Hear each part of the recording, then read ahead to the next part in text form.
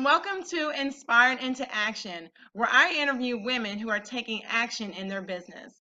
I'm your host, Tara Omatosho, and today I am interviewing Andrea Renfroe. How are you doing, Andrea? I'm good, Tara. How are you? I'm doing good. Could you tell the listeners about who you are and what it is that you do? Yes, ma'am. As Tara said, I'm Andrea Renfroe. I'm the CEO and founder of Kingdom Ventures LLC. We're a small business headquartered out of Waldorf, Maryland. We are a consulting firm where we aim to bring the potential out of businesses and people. And so we do that through an array of services that we offer, mainly program evaluations and compliance audits, as well as business support services and smaller administrative jobs that businesses or people don't have the time, resources, or the know-how to do. I also support my husband in his business, which is Penta Property Solutions, where he flips properties, residential properties, and I really do the administrative piece with that. And the last thing that I do, it's a new endeavor at Life Keys Training Center. I serve as an accountability partner. So I come alongside people, I help them to set their goals, and I help them to move out of talking about their goals to actually walking out and living their dreams. That is awesome. That's what I'm all about. Inspired into action. I don't want people to continue to talk about things. I want them to take action. Take action in their business, take action in their dreams, just have some form of movement. And it seems like we're on the same page with that. Yes, ma'am. Yeah, yeah. So how did all this start? How did you start? I guess it depends on which one I'm talking about, but which one, like the first business, how did that start? Well, actually, I was active duty Marine Corps for 11 and a half years. And so when I got out in 2014, when I separated, I was actually picked up a month later with the Air Force Audit Agency as an auditor. Mm. And so I worked there for 11 years, but right around, I want to say the eighth year, the work was really good, but when you start losing passion for something that you're doing. Yeah. And again, not that the work was bad or not that the pay was bad, but there was a disconnect. Mm-hmm. And so I was like, okay, before that, I had the mindset that I would work for the rest of my life. That's just all I knew, work. And so at that time, all of these feelings start coming to the surface. And it was like, okay, what are you going to do? You have these skill sets that you have been amassing over these years. But now your heart isn't in what you're doing. So what does this look like? What are we going to do? And, I started talking to my husband and just started actually annotating what I could do and what I could do well. And, what that looked like outside of just regular work, 9 to 5, punching somebody else's clock. And after a while, it was just like, you know what? I need to have the faith. I need to take this leap of faith and just do this. So in 2013, actually officially established Kingdom Ventures LLC. Now I was still working at the time, but what it gave me was something concrete that I could look forward to and work towards to actually do full time. And so after that, 2 years, it started that in 2013, 2 years later, I was off the job in 2015. And in the midst of that, our other business, Penta Property Solutions, was established. And then, after that, Life Keys Training Center. So that one act of faith actually opened the door for the other things to come forth. So, it was a lot going on, but I just, you grow tired and you have to find where your heart is and go with it. Yeah, I noticed that too. In regards to finding where your heart is or where your passion is. People say passion or your why. But my thing is, sometimes you're in the midst of doing something that you really enjoy. Like I really enjoy helping people. And I just didn't find myself liking to help people where I was helping them. So when helping people, helping women to grow their business and expand their business, that really is enjoyable to me. It sounds like that's enjoyable to you as well. But just doing that on a day-to-day basis with other things, became stressful. It became very stressful. And I was like, I felt the same way you did, but I don't think that I was clear on what I wanted to do. So it took me a little while longer to come to the realization that I wanted to work with women in business. But that's really good that you saw ahead and you were able to plan ahead. You established your LLC, and even though you're still on your job, you still had that vision of owning your own business. And that's really key. A lot of people think they have to jump out of their employment and go right into their own business in order to, work that business. But sometimes it's just a process that you have to go through.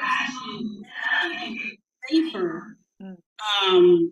to gradually walk your way into, running your business full time. Mm-hmm. Not that you don't have faith, but I believe that's wise, Mm-hmm. because you are able to do what your passion is, but you have the security of the job that you're working until you can actually leave. So, and I know that's not everybody. Everybody's situation is different, but for the most part, I believe that's wise, not to just, oh, you know what, I'm done with this job and I'm going to do this. And, a lot of people don't stand after that. So I just think it's wise to take your time. Yeah, I think you just have to make up in your mind whether, you're working in wisdom or you're working in fear, because some people are working in fear, and sometimes the job has to shut down before you actually, really take a hold of your vision and your purpose and really do that. Like you said, it's different for each people, but you really have to evaluate that within yourself, whether it is, like you said, yours was wisdom. Somebody would say mine might be, they might be masking it as wisdom, but it might be fear. But my thing is, you still were taking the steps to do something, to take action. And our God is a God of movement. He's a God. I mean, he respects movement. He respects movement. So I think that was what he was definitely respecting or honored about your business, that you took action. Good story. Okay. My faith was tested with this Oh. because it was, I had given my 2-week notice. And before that, my second level supervisor came to me and was like, are you sure you want to do this? Have you considered this? And all of these offers and all of these carrots dangling. And I'm saying to myself, where was all this before this 2-week notice? Right. And so it was so aggressive, these carrots, until like the director level called me in and started offering certain things. Wow. But the peace of God was so just so weighty in that moment. And I just knew in my spirit, it was like, you need to cut ties with this job. I know it's a good job. They're offering you all of these incentives and these carrots. But what I'm calling you to do is more important right here. Yeah. And so it was the peace that allowed me to just completely separate myself from what they were offering. And it is a decision that I have not regretted for one day. Yeah. Yeah, that's a blessing. That's a blessing, because you're right. They will offer, and all these incentives, all these things to keep you. But I think that's an indicator also that you really have something on your life. That they want to continue to keep you there, not because they are trying to keep keep you from fulfilling your dreams, but in a way, it sort of is. I mean, it's just an indicator to say, I really do have the goods, and I probably could really do this on my own. Absolutely. Yeah. So anything else that was inspirational to you? Anyone else that caused you to maybe take this leap of faith? Oh my goodness. I thank God that he has surrounded me with, some very successful people, some very wise people. And I know this might sound really crazy, but my husband has been instrumental in inspiring me, even when he wasn't aware of it. He has a business acumen that just awes me at all times.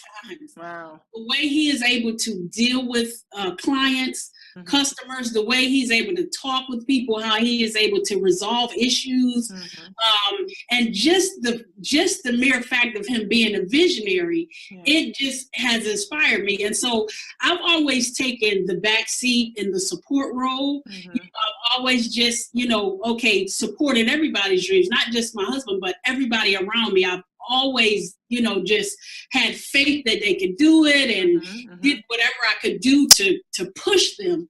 But I just never got to that point to do that for myself. And so when it came to Kingdom Ventures, it was like, you know what, I can do the same thing. Yeah. You know what I mean? Yeah. I can do the same thing. I'm, cheering them on. I need to cheer myself on. Right. And so he has just been very instrumental. And so when I started talking about what I wanted to do, it excited him, because he's always spoken life into me, with that. And so I caught the vision with that within myself that God had given me, and then, just went forward with that. So it's a lot of people that have inspired me, but he has definitely been closest to home with that. Just watching him and learning from him and his movements and how he interacts with people and just how his mind works, and he's able to see the big picture, which is why we work well together. He can see the big picture, and I'm very detail oriented. So yeah, so no, that's awesome. That's awesome that you're able to work together like that. Not a lot of couples are able to do that. So that's really a blessing, really a blessing. Absolutely. So in regards to you starting your business and assisting your husband, what are some of the challenges that you have faced in starting your own business? Oh my goodness. Well, one of the things that was more internal was just accepting the fact that I could do it. Overcoming the hurdle of that negative self-talk, and a lot of people, and I'm the number one myself, first partaker of this. People hear the word business or start a business, and it's just, oh my God, it's overwhelming. And so overcoming that hurdle and getting on the other side, it was like, oh wow, I should have done this a long time ago. So it takes work, but it is challenging, because the research, trying to ensure that you're in compliance with local, state and federal regulations, just making sure that you're within standards and making sure that you have everything in place. That is challenging, to research it down to the granular level to make sure everything is on the up and up. But when working my way through it, I was able to say, well, oh, this is not that bad. So now I know the process, and I'm able to help others through the process. And let them know, listen, that big giant you think this is, no, it's not. So you can do it. So that was one of the biggest things, just trying to navigate the process itself. Then one of the other big things was we just love people. Okay, we just love people. And so I know that we're in business to make a profit, but we want to know what the need is. We are need meters, if that makes sense. So whatever, we find the need is, we try to ensure we do what we can to meet that need. But in doing that, you have to be very wise, because some people try to take advantage of you. And also, because you love people so much, you can meet a need to your detriment. And so then you're no good to anybody else. So learning that lesson has been, so just navigating that has caused us to know, caused me to know to set boundaries and to set different limitations that I'm not going to go beyond or let other people go beyond, so that everybody is safe and taken care of. You're right. To create boundaries is so important, and it's just having an ear to hear. We always say in our business we get more in value than we're receiving compensation, meaning that even if you do pay us a lot of money, you're gonna get like a whole lot. And you know how you ever went to a store and you did spend a lot of money, but you felt like, man, I got all this stuff. I felt like I really came out like winning, even though I spent a lot of money. But my thing is like that to me, that keeps us from avoiding like the whole when people need things. Like I can still feel like I give you a whole lot, but a lot of times people don't respect your craft, whether it is what you're doing or what I'm doing, unless they pay for it. Absolutely. They have to have skin in the game. And that I had to learn that the hard way. Mm-hmm. Like I said, the detriment, giving up yourself to the detriment. And it's like they get to walk away with all the pluses. Yeah. And then here I am, energy is gone. Right. I mean, body is tired, and the pocket is just empty. Yeah. And again, not that it's about money, but you are in business to make a profit. You're not trying to beat anyone over the head. Right. But when you're used like that, it's like, you know what, okay, we have to set some standards, some boundaries, some guidelines that we need to operate within so that everybody is taken care of. Right, exactly. I agree. So I'm sort of like the opposite spectrum. Are there some things in your business that you would do again? Like you said, this worked out great, so I'm going to make sure I share this with other people. What are some of those things that you would share with others about what has worked in your business thus far? Well, it's a lot of things that I would say I would do again. One of the things that I love to do is sit down personally with the client and just delve into what they need. A lot of businesses, they're just like, okay, pay me, we're going to give you what we give you, and that's the end of it. Yeah. But I really like to make it intimate and personal so that they understand. I care about not just your business, I care about you, because your business is a reflection of you. So whatever it is that we talk about as far as what you need, I want it to be excellent. I don't want to just throw something together for you, because anybody can do that. But I want excellence to exude from this project. And I want this project to speak about what caliber of business you have, which in part speaks about the caliber of person you are. So, that's a mainstay for us. Listen, excellence. Amen. But we need to know what you need in detail so that we can actually do what's necessary to help you get there. Yeah, you made a good point about excellence. Like, we have to be people of excellence. And then when we are people of excellence, the people that we work with, like you said, they exude excellence. And then not only that is that they are setting an example for what we do or what you are doing in your business. So if their business is running well, then people are going to ask them, hey, how did that happen? Or how did you make that shift? And they're going to say, you know what, I worked with this company and they really helped me out. You should work with them too. And I think that's what a lot of times speaks volumes to people more than any advertising you could do, is when you really do a great job for someone and they're pleased, and then other people are able to see the good job or the good work that you did. And I also appreciate how the ability to help people, it shows us another level of what skills we have. Because I can come in and I can do the work because I know I can do certain things, but once I see the final project, it's like, wow, that's even better than the last time, or I learned something new in this process. And so we can think that it's one-sided, like we're only providing for the client, but the ability and the opportunity to do so is actually helping us to be better. Right. So I appreciate that as well. One example I have, I've seen a lot of situations where some business owners, they have their technical skill set is unmatched. I mean, they are above par. But the administrative side is just not up to par. And it's not because they don't want it up to par. Their mind just doesn't work like that. Which is an indication that we all need each other, because we don't know everything. Right. And so when I go in and I'm able to help a business in that regard, and then I see the whole thing to come together, and I see the smile on their face, or I can feel how joyful or happy they are about, oh my God, thank you for, doing this, because I just didn't know what to do, what direction to go in.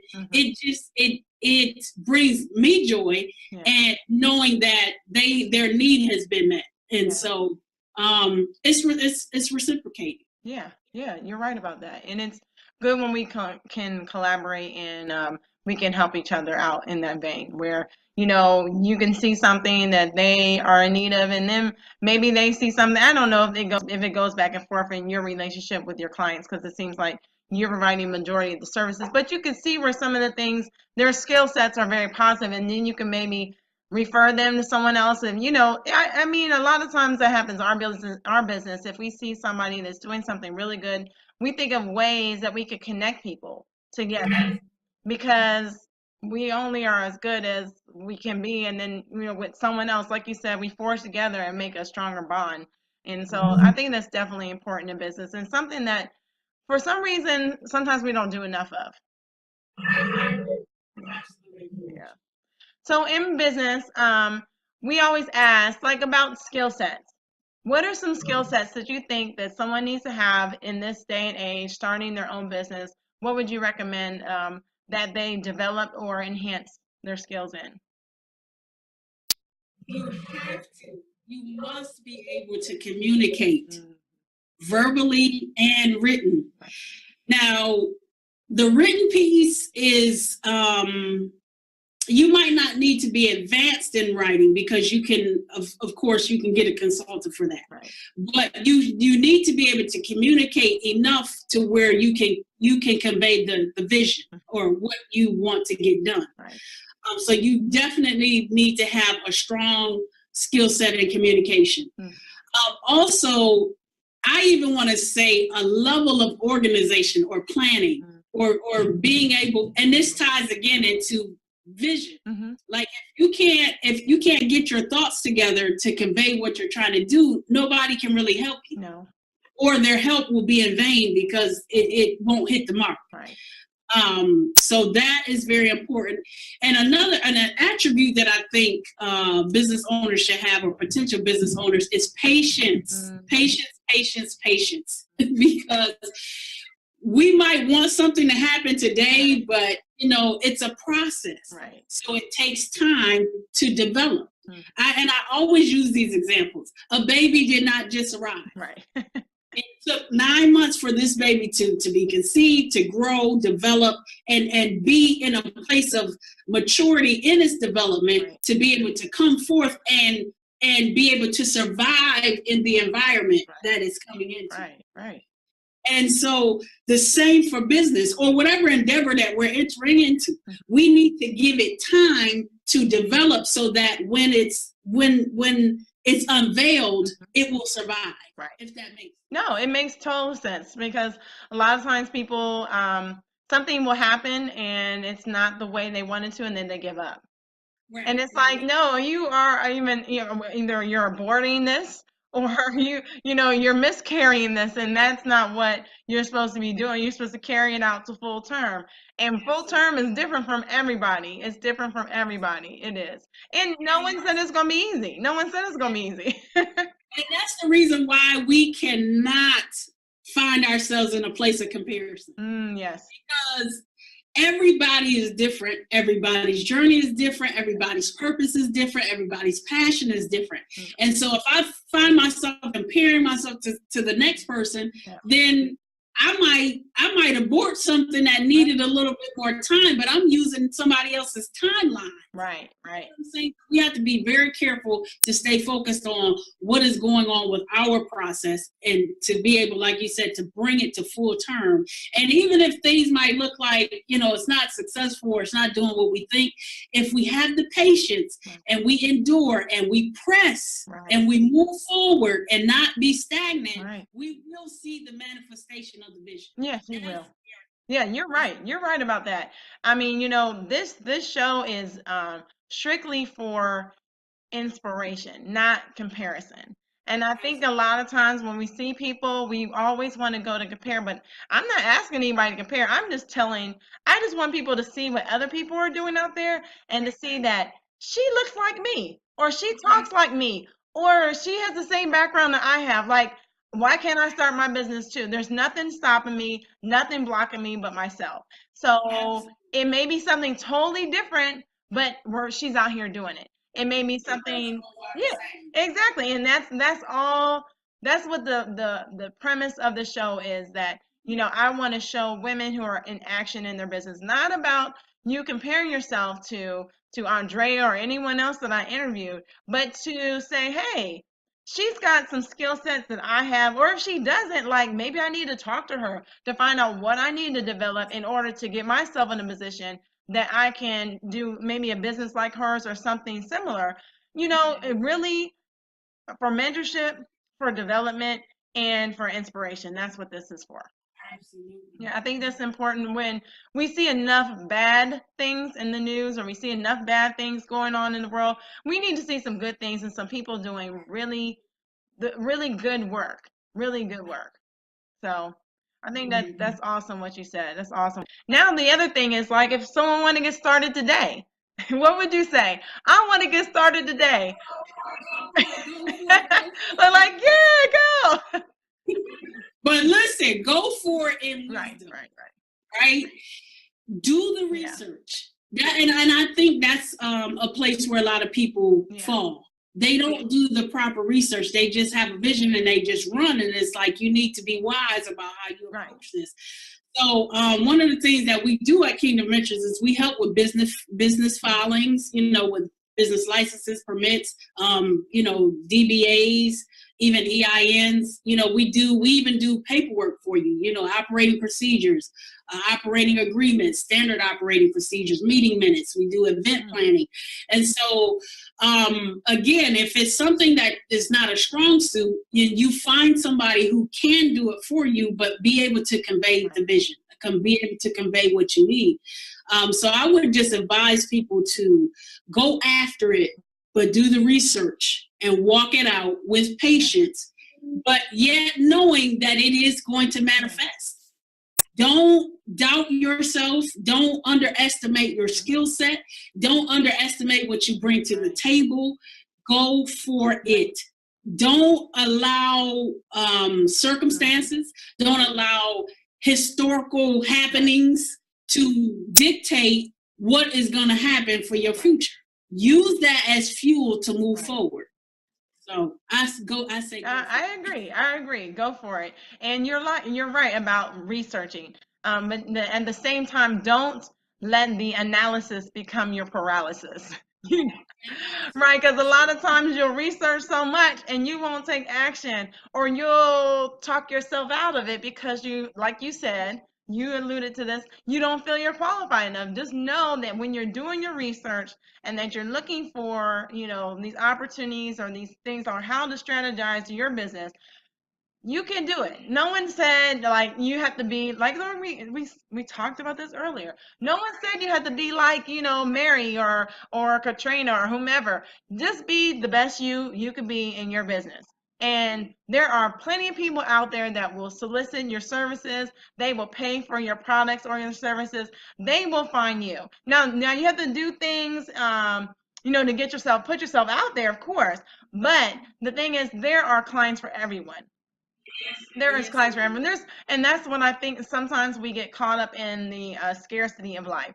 Like, just because there's maybe someone out there that likes you that maybe doesn't want to do business with me, and there's someone that likes me and doesn't want to do business with you. We all have a different clientele, even though we may be doing some similar things, or we may not be doing anything similar at all. I was talking to someone else and about their business and what they do, and they were saying to me, well, I don't do this, so you don't have to worry about it. And I was like, well, I'm not worried anyways, because even if you did do that, like, you have your own clients and I have my clients, so there's no competition, there's no scarcity, because we all do things that are really great, and just some people are for you and some people are not for you, and it's really your decision. You're in your mindset. You need to formulate who is for you and who's not, because everyone that has money doesn't mean you have to do business with them. You really need to think about, like, is this client going to be like helpful to me, or is this going to be like you said earlier, someone that leaves me hanging on the ground and I am like, why did I work with this person? I know I shouldn't have. As a business owner, you get to pick, choose, and refuse. Yeah. Right. Yeah. I think that's so important. There's so many keys that you shared in this interview.